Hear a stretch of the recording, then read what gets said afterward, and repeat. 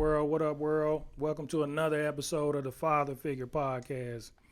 I'm your boy, Reggie George, CEO and founder of the Father Figure Movement. We appreciate y'all tuning in again. We appreciate y'all for commenting on all the episodes. We appreciate you for liking the episodes. We appreciate you for subscribing. That's what we need more than anything. Subscribe. Again, I want to welcome y'all to another episode, man. We got some very, very special guests. We really got an interesting show tonight. A super interesting show, man. I got my boy Mandre Collins over here to my right, and I got my boy Dorian McCoy. My bad, I almost forgot your name,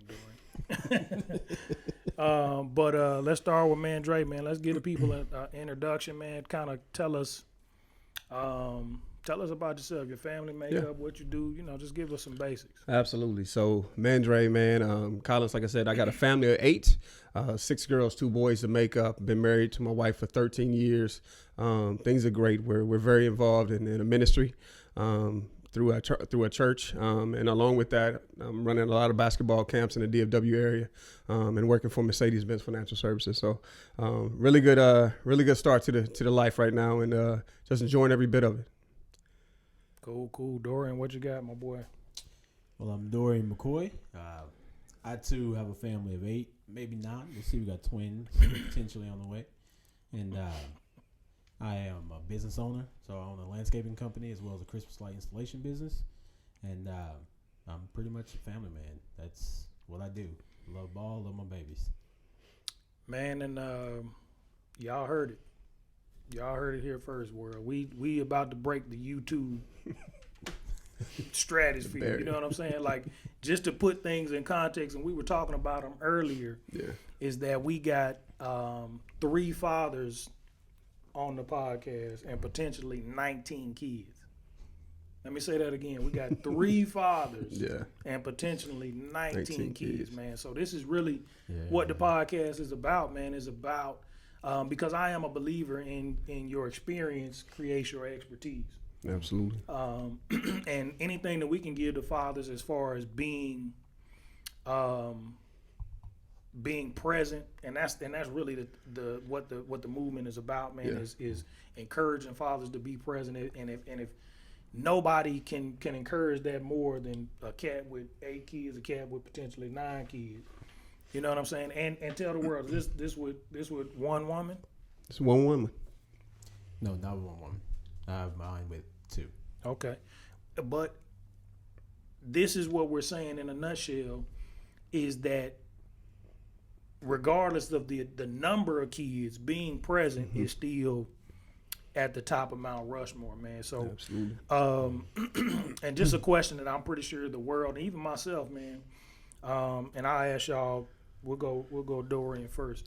Kind of give us some peaks and valleys on what it means to be present for 7, 8, 9 kids. Man, and be married. I'm sorry. that's a task in itself. Yeah, definitely, man. It's quite the balance, man. For my one of the biggest things I'll say this way is, like, my oldest son's not in the home with me. Okay. And that's really a really big thing I have to concentrate on. Is I was raised by a single mom, and he lives with his mom only. Like, my dad wasn't in my life at all. Okay. And I'm going to be present in his life. So I really have to be conscious that he's there, and I have to reach out to him because he's a child. And then my other babies, like, they're in the home at all times, and me running a couple different businesses, that I have to be very diligent in the way I communicate with them, and also how often I communicate with them. Because that matters, like, the most. Of course, I've got numbers, I got this I got to get done, but I do everything for them. So, and man, and you brought up a great point, man, because a lot of the foundation is about legacy. You know what I'm saying? So, absolutely. I applaud you just because what you said. Even though your kids are not necessarily in the same household, the legacy that you are trying to create is opposite of what you were born into. And man, that's a huge statement to your character and to the fathers out there, to understand that, man, this thing is not as smooth as some people may think it is, but man, you brought up an awesome point on what I always talk about, and especially a lot of times as black men, man, we are built to be great fathers because a lot of us didn't have fathers. And that's the legacy and the generational curse that we have to break. So that's, man, I appreciate you for talking to the first generation fathers. See, a lot of the fathers that'll tap in are first generation fathers and don't understand that that's where the legacy starts. You know, Yes, and that's awesome. I appreciate you for sharing that, my boy. Oh, Man, Dre, what you got? What are the peaks and valleys that you might see? Man, you know, honestly, I was listening to Dorian. There's no blueprint. Like there's no layout to really being a father. Like it's some of the things, the hills and the valleys is really where you learn. Some of the things that when it's really up and things are going really well, it's easy to get involved. It's easy to encourage, right? And then you come back and down to the valleys, and then you've kind of got this piece where you are into the disciplinary stages, right? Or even the abandonment stages of abandoning your kids. And I'm telling you that when you have a lot of kids, like I do, and Dorian, like we got 8, one of the biggest challenges is being able to give them enough time. You'll hear that all the time. And then just to tag along with what Reggie said earlier, you mentioned your wife as well, right? So for me, man, it's all about hierarchy, understanding your purpose first as a man. And for me, I'm grounded and founded on a biblical foundation. And so my relationship with God is first and foremost. Secondarily to that, I've got to be able to give my wife the time that she needs. That's the second creation that God gave man.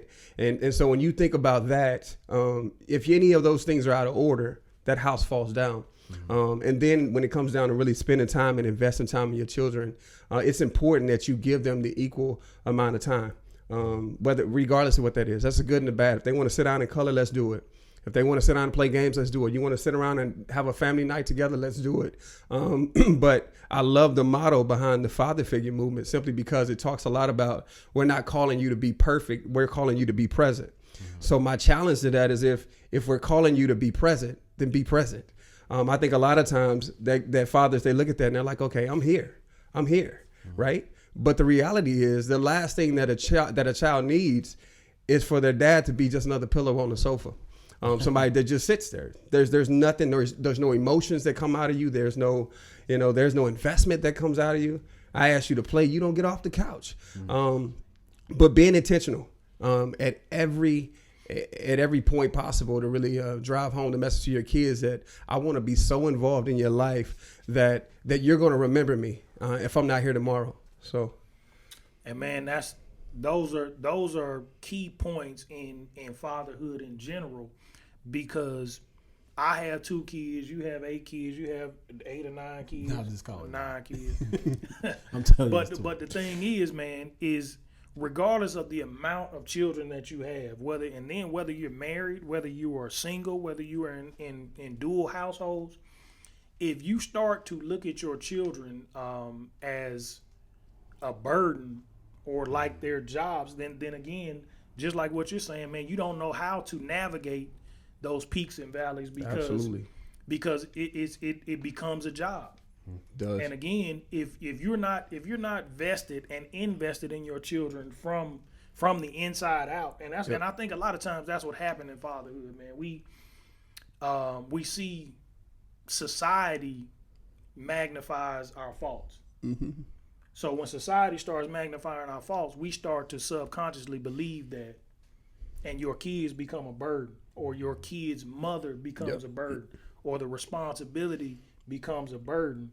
Therefore, now you're looking at it, and Dre, you know this, like when you coaching kids, I tell the kids all the time, like, look, man, if whatever sport you're in, and for us it's basketball, if you come out here and basketball is a chore, you don't need to play basketball. Yeah. And that's the same thing with fathering children. Like if this is a chore, then you at some point you're gonna start despising. Absolutely. And I think a lot of times because we put so much emphasis on the relationship with the mom, or we put so much emphasis on, just like what you're saying, whether they in the house or not, or how many kids I got. All of that stuff is irrelevant when it comes to being your children's father. Just like you saying, Dorian, like regardless of whether your son is in the household or not, my responsibility is to be his father. Absolutely. And again, a lot of that comes from the remembering what it was like to be raised in a single parent household. And it's not about the physical raising or the physical rearing. It's about not having that conversation, not playing that game, sometimes it's just, especially as kids, our kids don't know 90% of the stuff that we deal with as adults. But if I'm going through a thing, if I got something going on and my father just reach out, that, a lot of times that's all I needed. Right.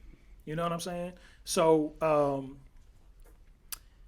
one of the biggest keys and foundation to the movement, man, is about and Dre, you kind of alluded to it too, man. There is a difference between present and presence. Absolutely. And a lot of times I think, like you say, when you become that couch or that coffee table, or that you just become a face. And we have to allow these fathers to understand what presence looks like. Yeah. We want you to be present without being perfect, but again, there is a certain amount of activity that creates presence. You know what I'm saying? So, and we'll go back to Dre. Yeah. Tell us what your definition of presence is. I love it. Good question, man. So as you were just sitting there thinking, my biblical mind is just taking off. So I look at that as, all right, so if I tell you to just be present, I'm telling you to just have faith. But if I'm telling you to have a presence, right, I'm telling you to have faith with works. And so now it's an active movement. So it's no different than, you can have a father, that's great. You can ask a kid, hey, you got a father? Yeah. Is he present? No. Right? And so that's the difference. So there's an act of it just being there, but then there's a real active movement behind that person actually having the role. And so that's what I like about just the father figure in a nutshell, because there's a lot of children out there right now that are fatherless. Right? And so you get another man that takes up that fatherly role in their life. And if anybody from the outside looks at them and asks them, hey, do you have a father? No, but I got a father figure, right? So now you have other men that are literally stepping up, playing that role.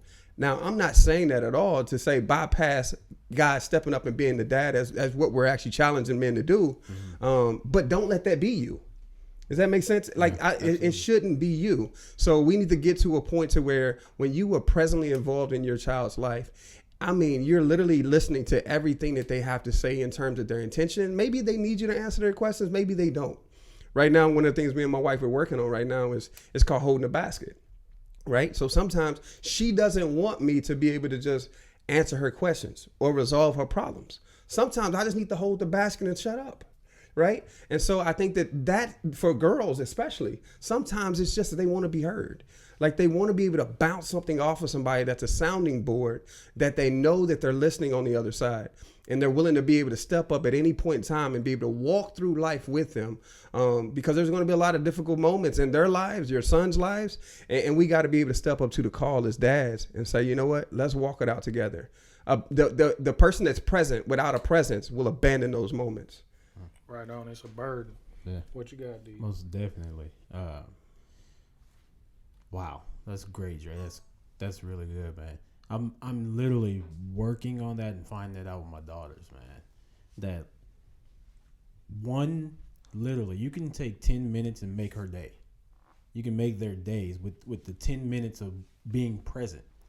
You know what I mean? Mm-hmm. Sydney, my daughter's a gymnast. At least my middle child. There's a lot of them, but get to the point. Sydney is the one I'm referring to. She's a gymnast, so she has a full schedule.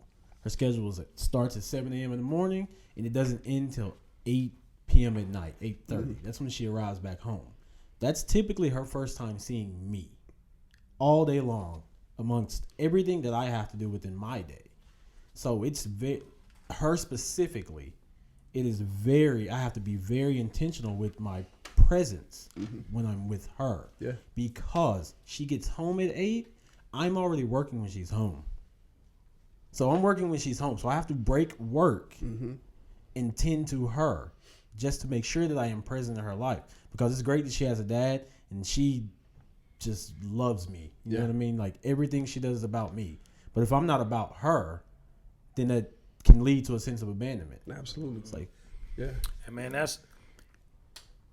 it's so important, man, that the movement, but us as fathers and the father figure, the logo, everything is about filling that gap. You know what I'm saying? Just like if I don't care where we are, man, if you coaching, if you at somebody's house, whatever the case may be, man, it's still our job to pour into these kids. Absolutely. Who are missing what it is that we talking about, man. And I applaud both of you cats for doing, because I think I got a hard job with two. Yeah. You know what I'm saying? And even though, like I said earlier, man, my girls are 14, and having 14-year-old twins, man, is tough. Yeah. And not necessarily tough like dealing with 8 or 9 kids, but tough in the sense that I have 2 female teenagers. headstrong. And dog, they are true to life female teenagers. You know what I'm saying? Like, so again, just like what you saying, sometimes just having that shoulder to cry on, or that lending them that ear, man, it go 10 miles with those girls, because they understand what it looks like to have that male entity give me advice or give me that shoulder to lean on. And I understand truly what love looks like. Love it. You know what I'm saying? It's not about the now. You know what I'm saying? I need my girls to understand what genuine love looks like later on in life. Right. You know what I'm saying? Yeah. And it looks like compassion. It looks like listening. Right. It looks like standing in the gap. It looks like, you know what I'm saying? Like I can look up and see this man listening to what I'm saying. Yeah. You know what I'm saying? So and I think too, Reggie, sorry, just to tag along with that, I think one of the biggest benefits of being able to have a boy and a girl in your household, regardless of the number count, the girls, right, when you are literally being a father to them, it's coming off in a way that you are showing them right then and there how they should be treated later in life. Absolutely. And for the boys, right? So even if you don't have to, you're not saying a word to the boys, they're watching your behavior and how you're treating those girls. So now they're already formulating a thought, right, on how they're going to treat their next girl or next wife or whatever that may be. So it's like you have to be so intentional with your feedback back to your girls, because somebody else is watching you, right? And they're growing up under your shadow. And depending on how your response is going to be, that's the figure that's going to come out of that individual.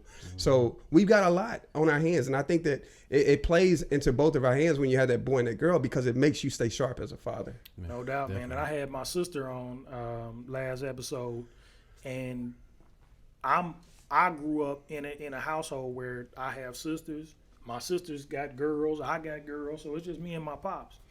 But between me and my father, man, we have set a standard so high for any male that come around. You know what I'm saying? Like sometimes I asked my sister for the first time on that show, man, like did it set the bar too high? Right. And I'm saying from a standpoint of, sometimes it almost makes you feel guilty. Like, man, look, did we set the standard so high that nobody can meet it? Right. You know what I'm saying? Like, right. even for my girls, man, like just like you saying, like I can, even if you feel regretful, even if you feel the level of guilt, like, man, look, I'm not gonna take none of that back. You know what I'm saying? Absolutely. Like, bro, if the standard high, meet the standard. Yeah. Same thing with my girls, man. Just like, and we was talking off air, man. Like, My girl's already asking for stuff, man. Like, man, bro, whoever got to buy this stuff, man, look, y'all bro, your standard gonna be high, homie. Yeah. You know what I'm saying? Just because, for me, and first and foremost, man, I never want my love to look like gifts. Right. Yeah. And that's the thing that any male is gonna have to understand, even with my sister and even with my wife and with my daughters. Mm-hmm. Like, my love comes unconditionally. It don't come. Yeah. A gift ain't a condition. Yeah, absolutely. Even when I make up to my wife or whatever the case, the gift always comes after I've genuinely apologized or I genuinely, we gonna celebrate your birthday with or without the gift. Mm-hmm. You see what I'm saying? And that's what has to translate, especially to our female children, to our girls, is that, look, don't let nobody come and try to buy your love. Yeah, that's good. Don't let nobody come and try to buy your love. And this is a question we kind of went over, and it's kind of funny, man. So we in the COVID window. You know what I'm saying? Mm-hmm. So I was asking, had a National Guard came to either one of y'all houses, issued any tickets, man, because y'all got too many people in the crib. No, man. You know what I'm saying? Like, yeah, no, we're all good. You know what I'm saying? Yeah. But Dorian, tell us the story, man. It was good, man. Just about the birthday party, and that's awesome in itself, man. Okay, all right. So we have so my daughter's turning 5, and we have a YouTube channel. It's shout it out, you know. It's at McCoy Life 365. You guys go check it out. We just put some new content up, but we were stuck in the house during this quarantine situation. So, we were like, we're stuck in the house, but that doesn't mean we have to stop doing things that are normal. Mm. That doesn't mean we can't celebrate you. Because my daughter was actually under the assumption that because we couldn't leave the house that she wasn't going to have a party. Right. So we took it as an opportunity, mom and dad, like, hey, no, we're going to step up and say, you're still going to have this party. Mm-hmm. So, man, we aired up, we literally stayed up till 2 o'clock in the morning. We aired up 500 balloons. Oh, no. And we put them in the living room, surprised the girls. And it was just epic quarantine. You guys check it out. It's great. But the point was we were making a conscious effort to still celebrate her. Mm-hmm. Like, of course, it's content for our channel and all that. That's great. But it was going to happen whether we put it on our channel or not, mm-hmm. because it was about celebrating her and making sure she knows that we're still present even within the quarantine. Yeah. Right. And y'all had a whole party. You know what I'm saying? Like, man. Just brothers and sisters alone, man. You know what I'm saying? Yeah. Dre, what's been your COVID routine? Man, you know what? If there's any fathers out there right now that aren't embracing this moment to step up and be present, the time is now. So you know what? I can almost back up and just say thank you, COVID, for the opportunity. You know what I mean? Not that I'm a fan of it by any means, but I can tell you that even in the bad times, good things come out. And I think that just being able to spend time in the house, like, I mean, I've been in the backyard. I've made Jenga blocks, huge Jenga block sets. I've made yard dice. I've been shooting hoops. I mean, making the most out of it, if you will. We've had a lot of movie nights, game nights, you name it. But I can tell you right now, I've spent more time with my children now because, again, work is limited. At the same time, camps are completely halted. So rather than sitting around crying about it and finding time, because this is another thing. There's so many times where money's taken off the table or things are taken off the table in terms of resources. As men, we try to find some other things to do to try to fill that time and that space or that void. Mm-hmm. And so when we do that, what's being neglected? Mm-hmm. And so, again, that father presence can be neglected at this point in time, but instead just make the most out of it. And that's what I've done every single day. Oh, and a lot of times, man, my bad, Dorian. And a lot of times, man, as fathers, we bear so much of the burden as far as and especially emotionally. You know what I'm saying? Like we never really want our family to see us, especially our kids.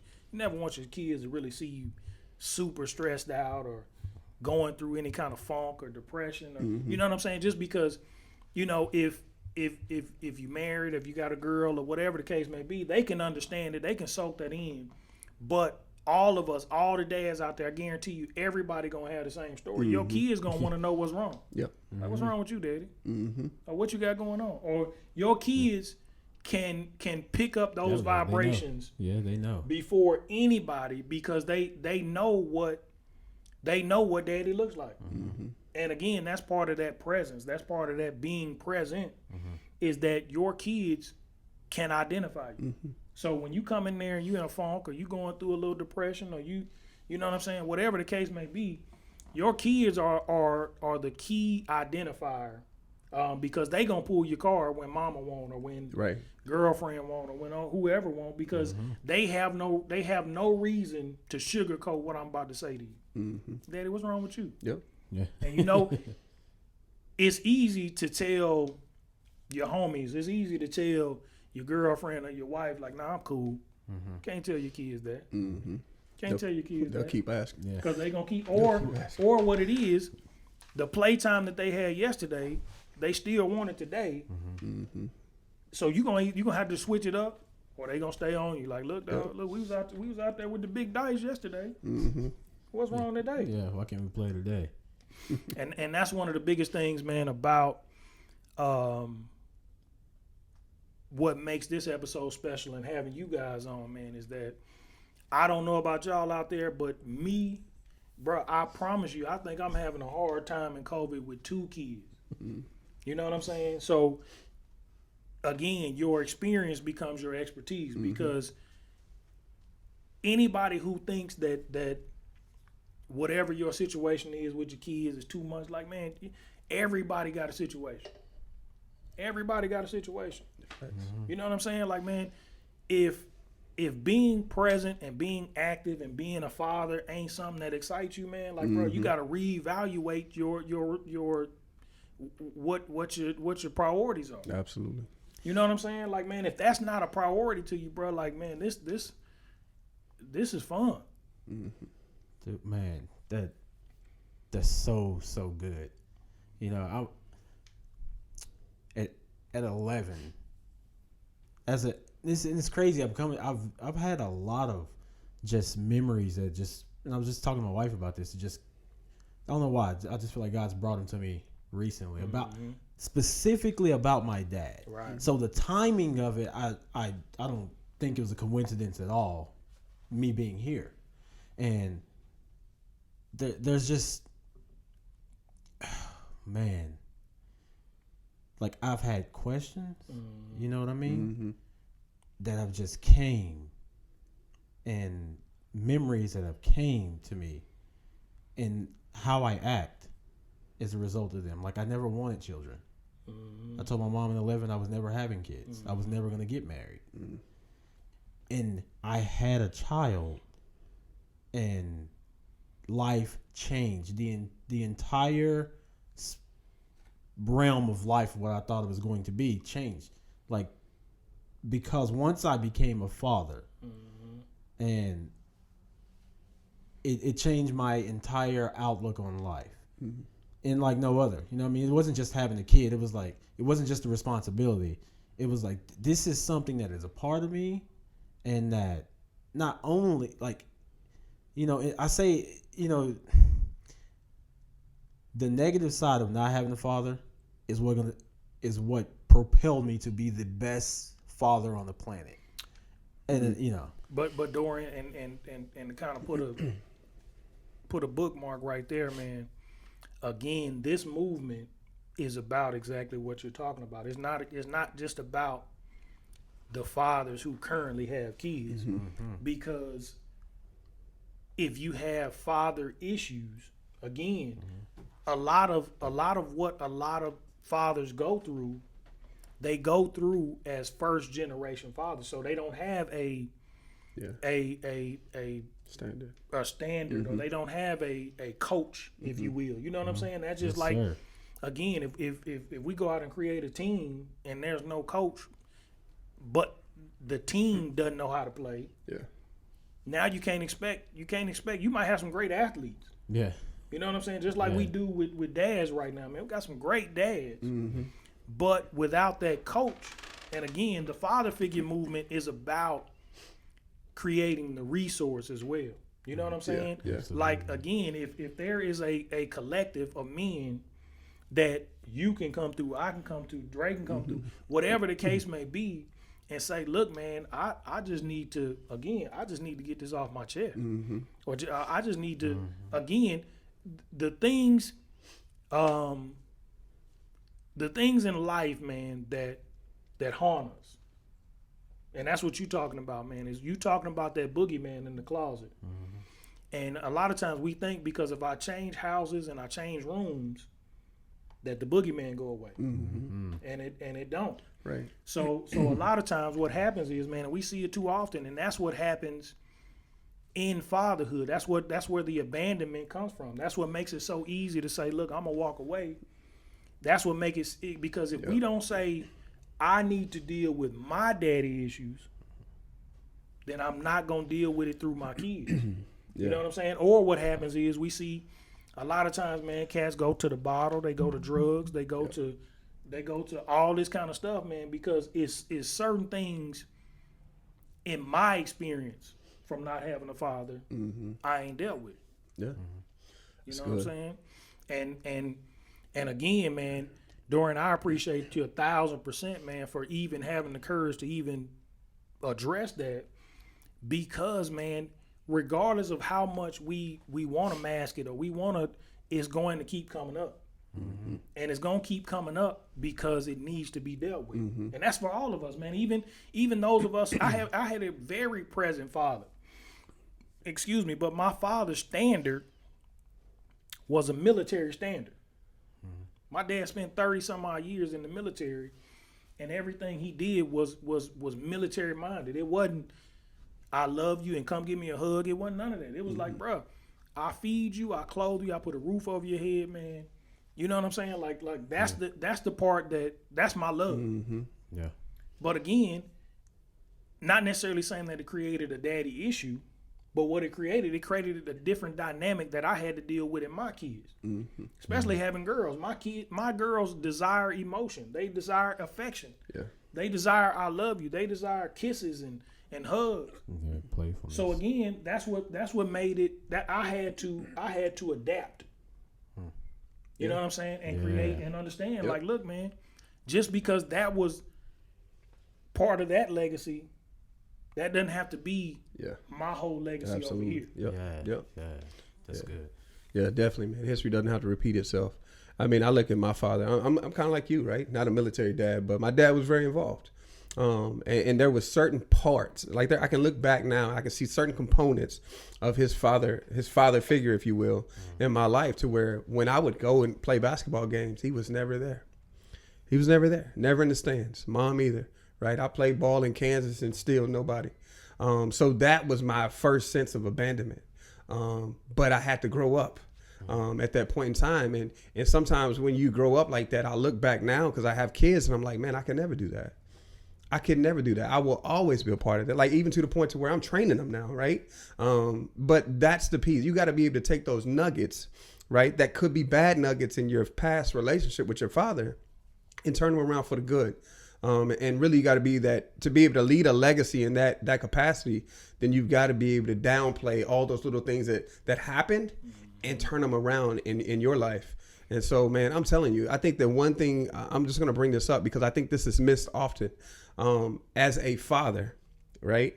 When it is such a privilege to be able to have children under you that are really like your mini-me's in a way that you truly get to train up in the way they should go, right? And so often we miss the mark on how they influence us as well. Because I can tell you that through being a father, my children they've taught me so much. They've groomed me as a father. I've learned patience. I've learned humility. I've learned what it's like to be content with what I have, right? And so there's so many things that you can grab onto that groom you as a man. And sometimes you don't have those going into it, right? But it's just what you learn on the fly. So that coupled with other men in your life that will help groom you, man, you fatherhood is a great journey. It's an awesome journey, man, and it's a journey that again the father figure movement was birthed from. You know what I'm saying? Like again, the adversity that we had to deal with as a family just elevated my pride as a father tenfold. You know what I'm saying? Like, man, I would never want anybody to have to deal with what my girls dealt with, what my baby had to go through. But also, I understand that adversity is part of this legacy. Mm-hmm. You know what I'm saying? Absolutely. It's part of the experience, and that's what we talking about. We talking about 3 fathers with collectively 19 kids, man. But there are 3 different experiences. Mm-hmm. You know what I'm saying? But if we can bring all of those experiences to the table, absolutely, and create a space where nobody has a gap that goes unfilled, now we creating a space where all fathers want to be present. All fathers want to create a presence. Yep. All fathers want to deal with whatever happened in the past, or all fathers want to. I just want to create a space where everybody feels like a Dora in McCoy and say, you know what, I want to go over there to the movement and put my cards on the table. Mm-hmm. Like, this is what I got. This is why I've been, excuse my friends, this is why I've been a shitty father. Mm-hmm. This is what I had going on. I ain't never dealt with it. Y'all help me deal with it. No, absolutely. You know what I'm saying? That's exactly what I seen, man. That's literally verbatim exactly what I seen with your movement. I was like, you know, I know that there's gaps. Yeah, I know my experience with having so many children in comparison to someone who has one. Although I will say this, that we both definitely need to be present, I have a different time issue that I have to, you know what I mean? Like, you have one child, for example, you need to tend to, and I'm not saying that anyone's more important than the other. What I'm saying is I have to be very diligent in how I use and be disciplined with my time and how I spend it and disperse it between all of them. And you know this, Dre, you know. And then on top of that, you know, seeing great men, in my opinion, you guys, I think, are great dads, you know what I mean, great men. I see that I can learn from you guys. Mm-hmm. You know, the dichotomy of our, you know, family lives are different. Mm-hmm. But that also means that, you know, my father wasn't present in my life. You guys were. And, you know, I never told you this, Dre, so I hope you don't mind me sharing this, but, you know, we stayed together for a little bit. And you know what I picked up from living with you? I read to my kids at night. Mm. Wow. Yeah, man. And again, man, that touches me right to the heart, man, because you guys stayed with us for a while, and all we wanted to do was just help you guys the best that we could. Oh, it's a blessing, man. And through that, man, it's good to hear that coming back, because those are the type of investments, man. We look for return on investments later in life. The reality is that the return on investment can happen right now, right? Through how our kids act, through how they talk, right? Those things, they come back 100-fold, and you start getting delighted. Like, I'm about to jump out of the seat, man. I'm so fired up about being a dad. But it's just one of those things where you start getting that investment back, and you're like, man, they get it. Yeah. They get it. And Dre, I'm going to tell you, what you did was just hit the nail on the head. Is exactly what I was talking about.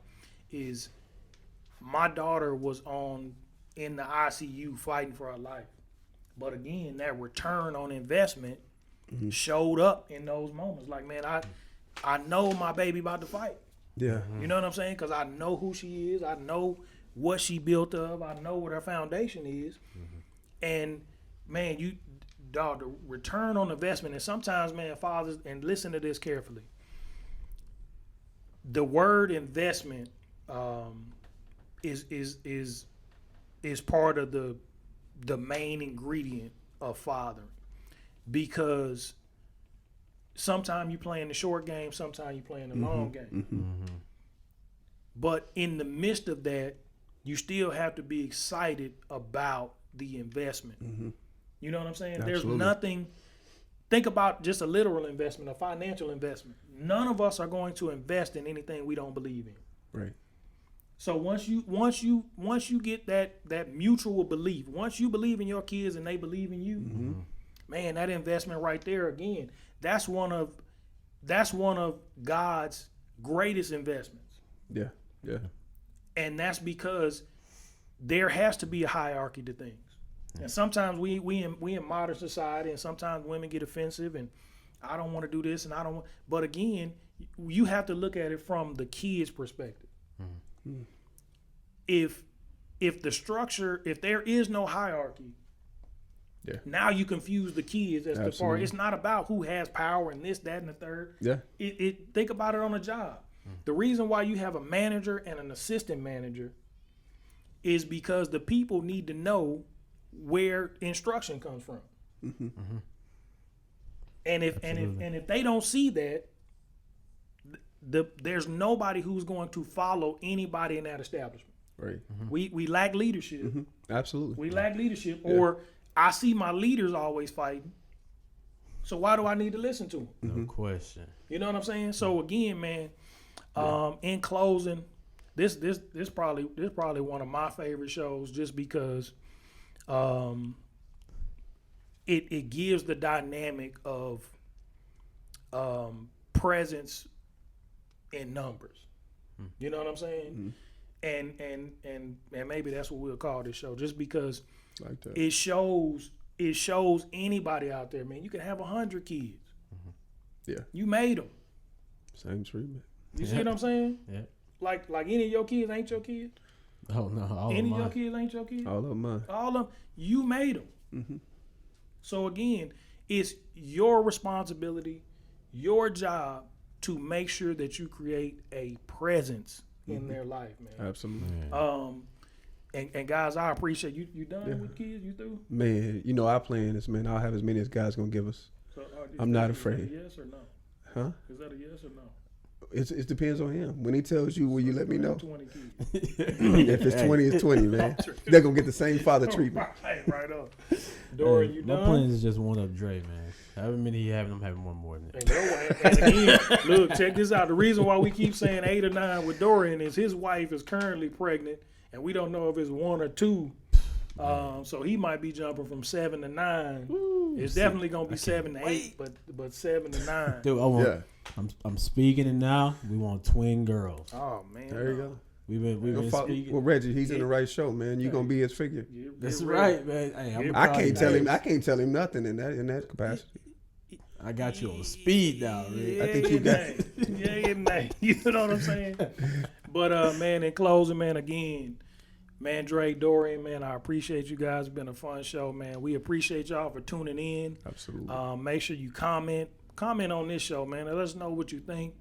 Make sure you liking, you sharing, and more importantly, subscribe. Hit the subscribe button, man. So on behalf of man Dre and Dorian, I'm Reggie, founder of Father Figure, man. Y'all, again, we appreciate it. Y'all have a great one.